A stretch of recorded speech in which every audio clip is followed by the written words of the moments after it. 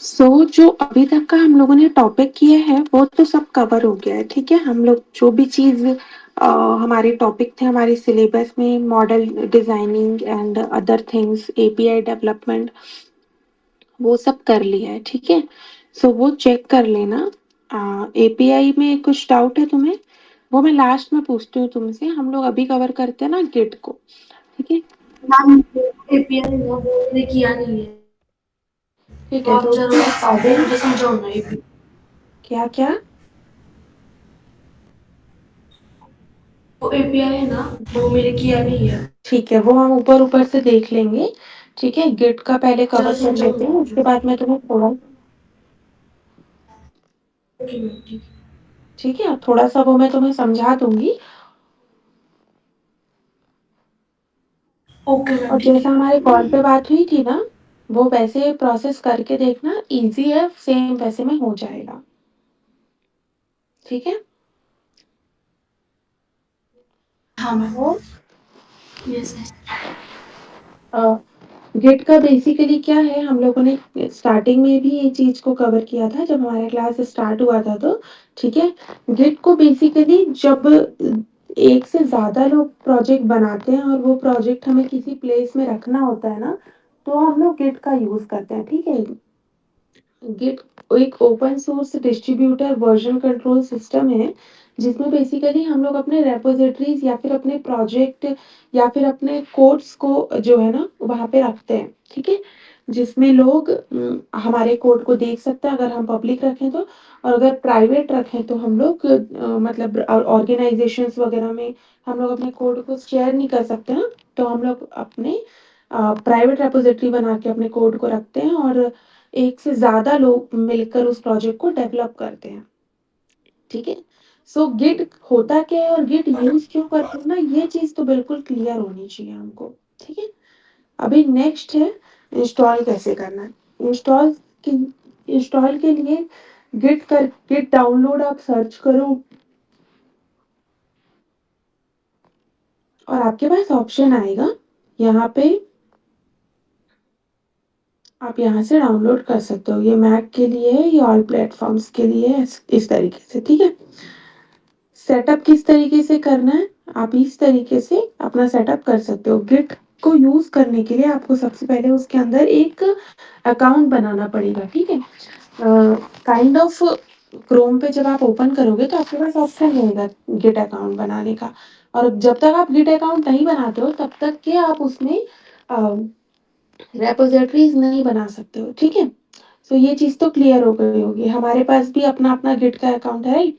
और अगर हम डेवलपर हैं तो हमारे पास गिट का अकाउंट और लिंक्डइन का अकाउंट तो होना ही चाहिए, क्योंकि वो हमारे लिए एक सोशल फेस है जिसकी हेल्प से हम लोग अपने कोड को दिखा सकते हैं, अपने स्किल्स को शो ऑफ कर सकते हैं। ठीक है, तो इन दोनों का जो अकाउंट है वो तो होना ही चाहिए।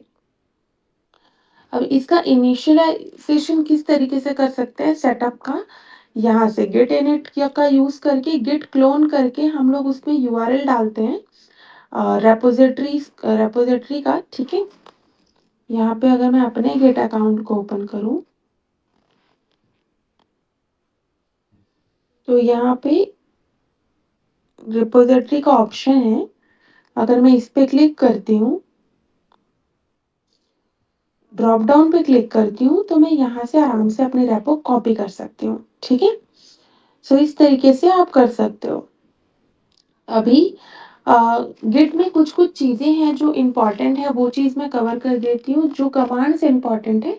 ऐसे तो सारी की सारी चीजें इम्पोर्टेंट नहीं है, मतलब हम लोग गूगल करके उस टाइम पे जैसी हमारी नीड है हम तुरंत के तुरंत देख सकते हैं, तो हमें सारे कमांड्स याद करने की जरूरत नहीं है। बट कुछ कमांड्स हमें याद करने की जरूरत है। ठीक है, उसमें से है गिट स्टेटस। अब प्राजक्ता 1 मिनट होल्ड करना, ठीक है। Yes ma'am.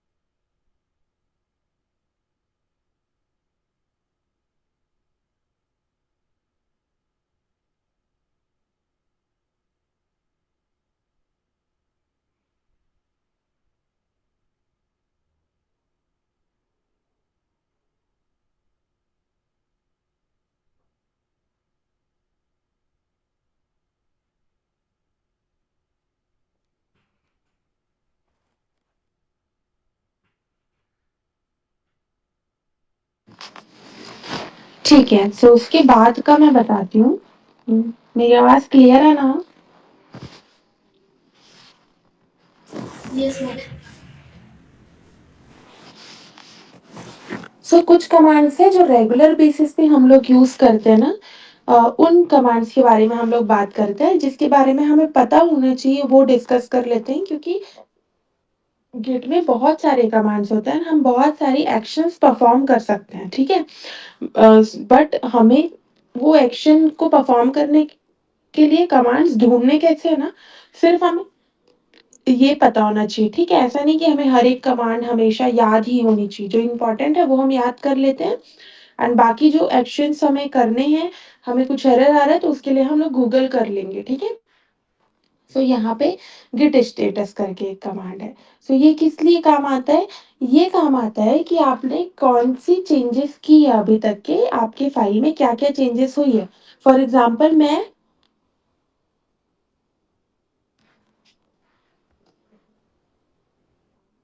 यहाँ पर हूँ, ठीक है?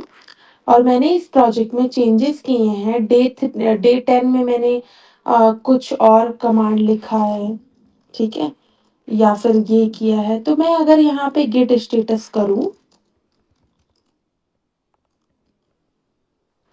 तो मुझे उस फ़ाइल का नाम दिखाएँगे कि जिसमें मैंने चेंजेस किए हैं। अगर मैं कोई नया फ़ाइल बनाती हूँ, तो उसमें भी वो भी यहाँ पे दिखेगा न्यू फ़ाइल करके, ठीक है? यहाँ पे मॉडिफाइड दिख रहा है, उसी तरीके से न्यू फ़ाइल भी दिखेगा। तो ये इसके यूज़ेस होते हैं, ओके? गिट स्टेटस के। अब गिट ऐड का क्या मतलब होता है कि आप स्पेसिफ़िक अगर कोई फ़ाइल को ऐड करते हो, गिट ऐड और उस फ़ाइल का नेम आप किस तरीके से डालते हो, डायरेक्ट इसको यहाँ से लेके यहाँ तक के कॉपी करके आपको डालना है, तो फिर आप वो फ़ाइल ऐड कर सकते हो, ठीक है? गिट रीसेट मतलब अगर आप उस फ़ाइल को वापस से हटाना चाहते हो तो आप कर सकते हो। गिट डिफरेंस, दोनों में क्या डिफरेंस है? आपके चेंजेस में अभी तक के आपने क्या-क्या चेंज किया है वो आप चेक कर सकते हो उससे, ठीक है? गिट स्टैच करके होता है, जो अभी तक ये कमिट नहीं हुआ है उसमें क्या-क्या चेंजेस हैं जो आपने किया हुआ है। वो बट ये वाला जो कमांड है ये हम उतना यूज़ नहीं करते हैं, ये वाला भी उतना यूज़ नहीं करते हैं। ऊपर के 3 कमांड्स हैं जो हम लोग यूज़ करते हैं, तो उसके बारे में और भी अच्छे से क्लियर हो जाना चाहिए आपको। गिट कमिट हाइफ़न एम और जो मैसेज है वो हम लोग यहाँ पे लिखेंगे।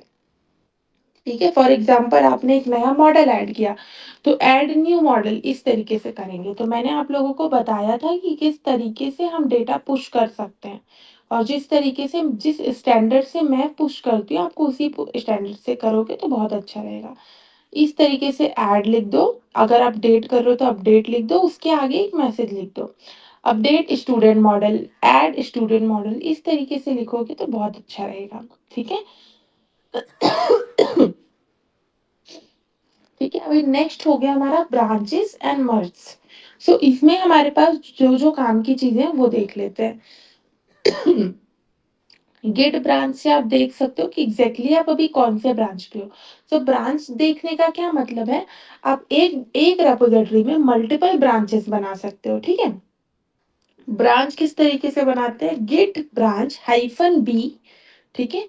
और उसमें ब्रांच का नेम न्यू ब्रांच करके। और यहाँ पे गेट ब्रांच करके आप ब्रांच देख सकते हो। गेट ब्रांच और ब्रांच का नेम आप यहाँ पे डालोगे तो आप उस ब्रांच पे स्विच हो सकते हो, ठीक है?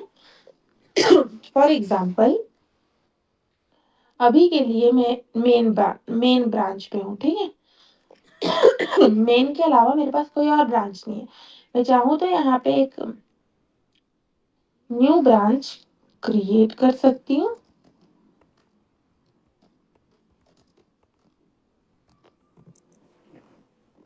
अभी देखो यहाँ पे मैं न्यू ब्रांच पे आ गई। अभी हमेशा जब भी मैं न्यू ब्रांच क्रिएट करूँगी, मुझे सबसे पहले उसे करना पड़ेगा पब्लिश, ठीक है?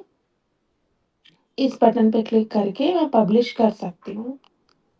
पब्लिश करने का मतलब ये है कि जो भी लोकल में मैं चेंजेस करूँगी, वो चीज़ रेपॉज़िटरी तक पहुँचनी चाहिए ना, अदरवाइज़ वो प्रॉब्लम करेगा। अब यहाँ पे न्यू ब्रांच का ऑप्शन आ रहा है, ठीक है? तो मैं यहाँ पर स्विच हो जाती है। सो इस चीज़ को हमने देख लिया बनाना कैसे, ठीक है? आप कमांड के थ्रू इस तरीके से बना सकते हो, गिट चेकआउट और न्यू ब्रांच इस तरीके से करोगे तो न्यू ब्रांच पे स्विच हो जाओगे, मेन करोगे तो मेन पे स्विच हो जाओगे, गिट ब्रांच करोगे तो आपको सारे ब्रांचेस दिख जाएँगे। ठीक है? और ये देखो ग्रीन कलर का दिखेगा जिस ब्रांच पे आप रहोगे, ये रहेगा, ओके? गिट मर्ज का यही है अगर आप जो अपना न्यू ब्रांच है उस पे आपने चेंजेस किए वो कोड आपने पुश कर दिया और अब आप चाहते हो कि मेरा जो न्यू ब्रांच है वो और मेरा जो ओल्ड ब्रांच है मेन वो जो है उसको मैं मर्ज कर दूं तो आप इजीली मर्ज कमांड के साथ में कर सकते हो ब्रांच का नेम डाल के, ठीक है? मतलब कि आप अगर अभी आप मेन ब्रांच पे हो तो आप इस तरीके से लिखोगे गिट मर्ज न्यू ब्रांच तो आपका कोड मर्ज हो जाएगा। इंस्पेक्ट एंड कंपेयर, सो ये वाला सेक्शन आपको समझ में आया प्राजक्ता? Yes ma'am. ठीक है। नेक्स्ट ये वाली चीज गिट लॉग से आप वही देख सकते हो, लॉग्स देख सकते हो, ठीक है? हर एक चीज को प्रैक्टिस करके देखना, अभी आप लर्निंग फेज पे हो तो हर एक कमांड को प्रैक्टिस करके देखना तो आपको और भी ज्यादा अच्छे से समझ में आएगा। और यहाँ पर गिट लॉग से आप स्पेसिफिक किसी ब्रांच का भी नाम डाल सकते हो। ये दोनों तीनों कमांड्स जो है उतने यूज की नहीं है, सो आप इग्नोर कर दो, ये हम उतना यूज नहीं करते हैं। गिट लॉग से आपका काम हो जाएगा, ठीक है?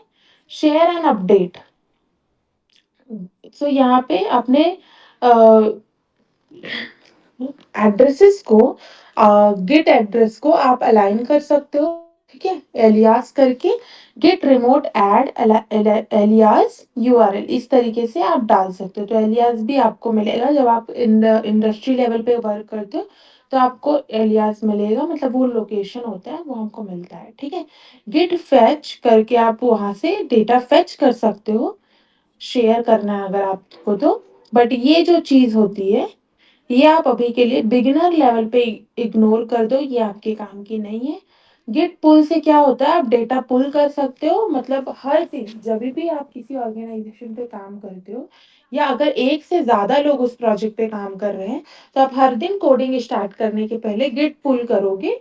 इसका मतलब ये है कि आप जो भी अभी तक के अपडेटेड कोड है वो पुल कर रहे हो। जैसे आप लोग मेरा कोड पुल करते थे, ठीक है? जो भी मैंने चेंजेस किया वो चेंजेस आप पुल करते थे ना, तो जिससे क्या होता था जो मेरे चेंजेस हैं वो आपके लोकल पे भी आ जाते थे, ठीक है?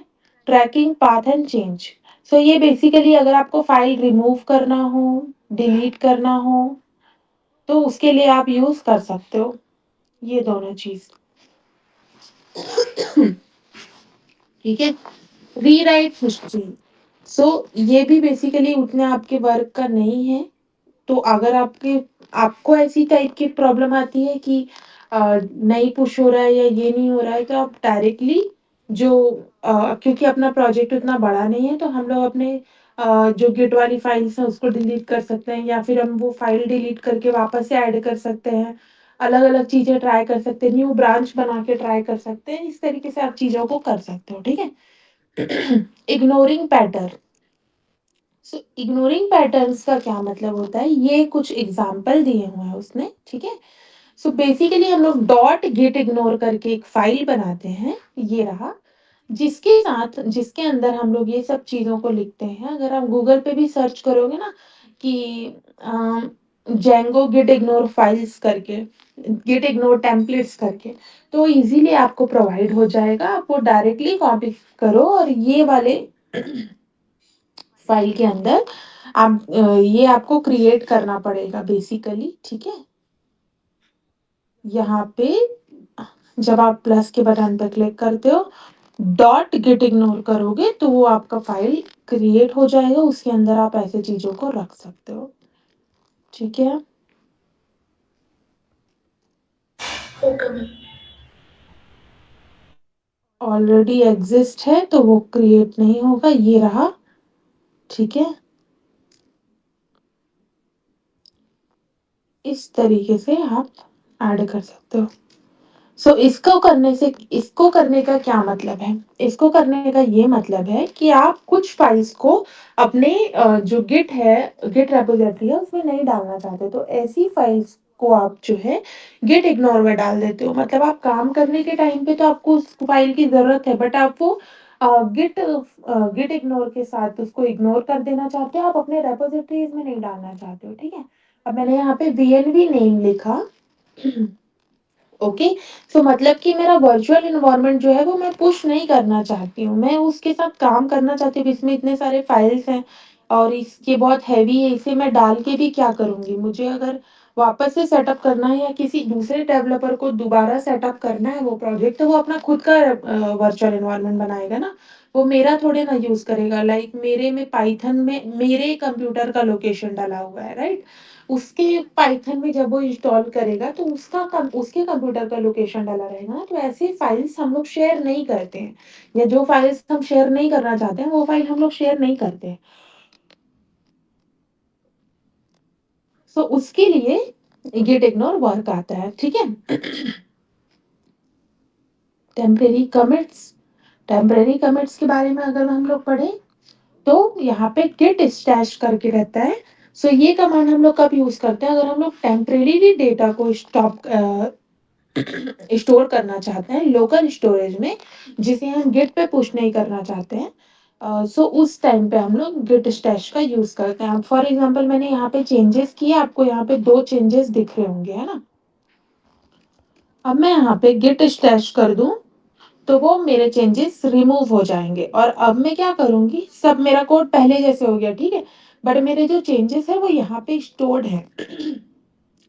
सो कभी-कभी क्या होता है कि हम लोग किसी वर्क के बीच में है, like we are just middle on the any of kind of task, and अगर हमारे पास ऐसा कुछ इमीडिएटली टास्क आ जाता है कि बस ये ऐड करके दे दो, तो उस कंडीशन में हम लोग ऐसे चीज़ों को यूज़ करते हैं। समझ में आया? हम लोगों ने स्टैश करके रख दिया, तुरंत से एक मॉडल में फील्ड ऐड किया और दे दिया, पुश कर दिया और उसको स्टैश को पॉप कर दिया। स्टैश को अगर आप पॉप करोगे तो वापस से आपके चेंजेस जो हैं आ जाएँगे वापस, ठीक है? सो ये सारे के सारे जो कमांड्स हैं ना वो आपको एक बार प्रैक्टिस करने होंगे, जब तक आप प्रैक्टिस नहीं करोगे आपको नहीं समझ में आएगा, ठीक है? और जो गिट की जितनी भी कमांड्स थे वो सब हम लोगों ने कवर कर लिए स्टार्टिंग टू एंड तक के। सो इसके बाद आपका सिर्फ काम है प्रैक्टिस करने का, इतना ही मेन था गिट में, ठीक है? इसके आगे का आपको प्रैक्टिस करना पड़ेगा, ओके? गिट रिलेटेड सारी चीज़ें अभी क्लियर हो गई? हाँ मैम। और जभी भी ऐसा कुछ इश्यू आए गूगल कर के ही देखना है, चैट जीपीटी करना है, तो आराम से आपको वो इश्यू सॉल्व हो जाएगा। बस स्टेप बाय स्टेप जो बोल बताते जा रहे हैं, उस तरीके से करते जाओ, ठीक है? अभी गिट का भी हम लोगों का जो टॉपिक है वो कवर हो गया है। तुम क्या बोल रही थी प्राजक्ता एपीआई का? हाँ मैम, वो एपीआई जरा बताओ ना मुझे। यस। तो एपीआई हम लोग क्यों बनाते हैं? ये तो पता है कि हम लोग 2 एप्लीकेशंस को 2 अलग-अलग टेक्नोलॉजी को कनेक्ट करने के लिए एपीआईज़ का यूज़ करते हैं, ठीक है? फॉर एग्ज़ाम्पल हमारा फ्रंट एंड जो है वो रिएक्ट में रहे और हमारा जो बैक एंड है वो जांगो में रहे, तो हम लोग ऐसे कंडीशन में यूज़ करते हैं, ओके?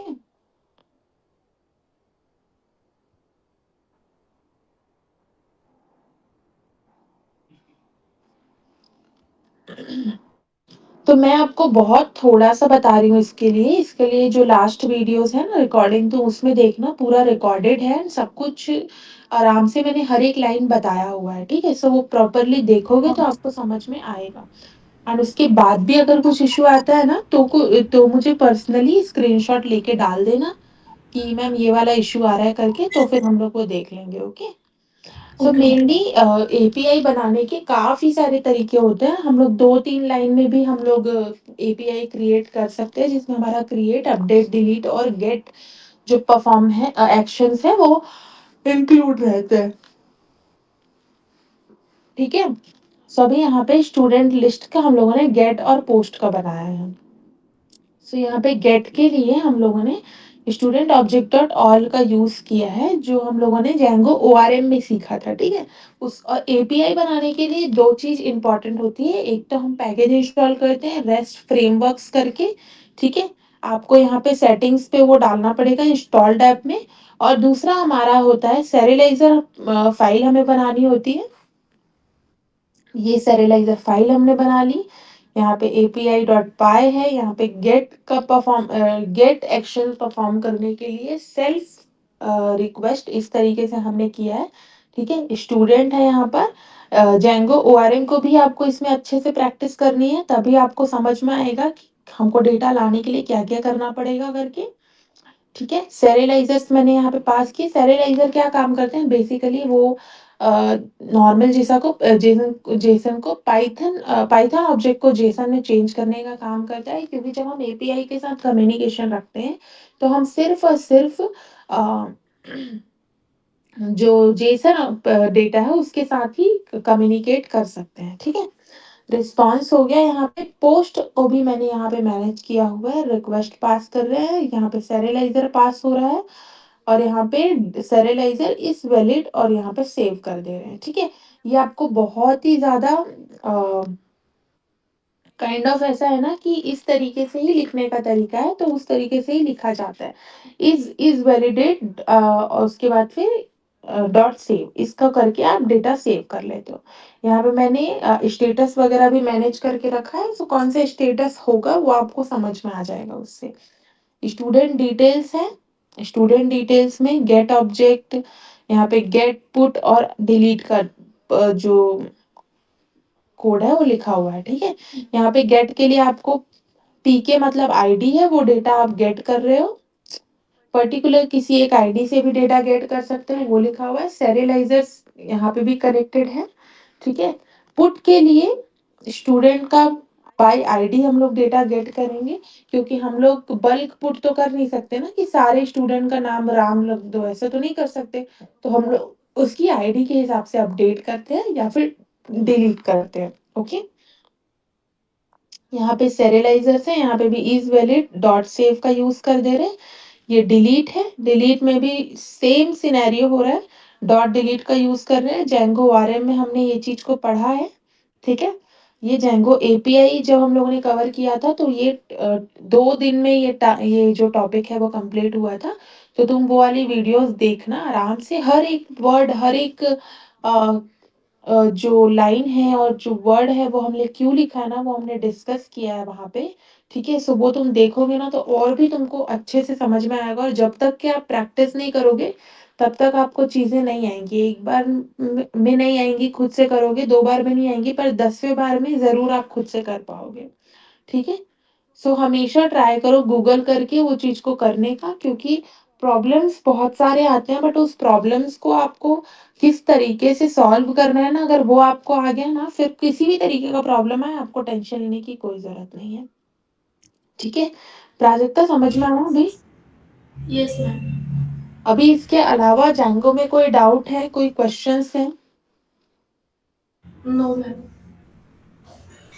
ठीक है, सो जो रिकॉर्डिंग्स हैं वो आप देख लेना, ठीक है? जो बचे हुए हैं, जो भी आपने कवर नहीं किया, और सबको प्रैक्टिस करना। मैं कल से जो है क्वेश्चन पेपर डालने वाली हूँ, सो उसी दिन का उसी दिन आप सबमिट कर देना, ओके?